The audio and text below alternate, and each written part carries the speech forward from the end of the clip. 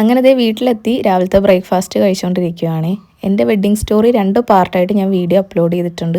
അതിൽ ഞാൻ ഒരുപാട് കാര്യങ്ങൾ പറഞ്ഞിട്ടുണ്ട്. വീട്ടിലുണ്ടായിരുന്ന ഓരോ പ്രശ്നങ്ങളും ഞാൻ സ്ട്രഗിൾ ചെയ്ത കാര്യങ്ങളൊക്കെ. ആ ഒരു സമയത്ത് അതായത് ഒരു 3 വർഷം മുമ്പ് ഞാൻ എപ്പോഴോ ഒരു വട്ടം ഇൻസ്റ്റാഗ്രാമിൽ എൻ്റെ വിവരക്കേട് കൊണ്ട് ഞാനൊരു സ്റ്റോറി ഇട്ടിട്ടുണ്ടായിരുന്നു.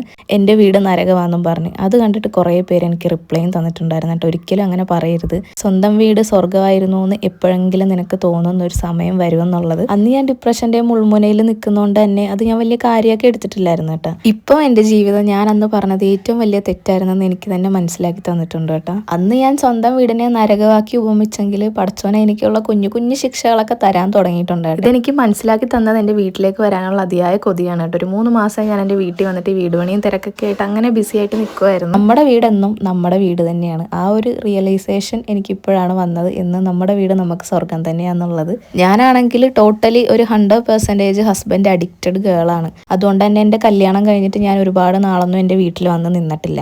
1-2 മാസം കൂടുമ്പോൾ വരും. ഒരു 5 ദിവസം അല്ലെങ്കിൽ കൂടിപ്പോയ ഒരു 7 ദിവസം നിൽക്കും, ഞാൻ തിരിച്ചു പോകും. അങ്ങനെയായിരുന്നു ഇതുവരെ ഉണ്ടായിരുന്നത്. ഇപ്പോഴും അങ്ങനെയൊക്കെ തന്നെയാണ് കേട്ടോ. ഞാനൊരു 5-6 ദിവസം നിന്നിട്ട് തിരിച്ചു ഓടിപ്പോകാൻ നേരം എന്നെ എല്ലാവരും ചീത്ത പറയും.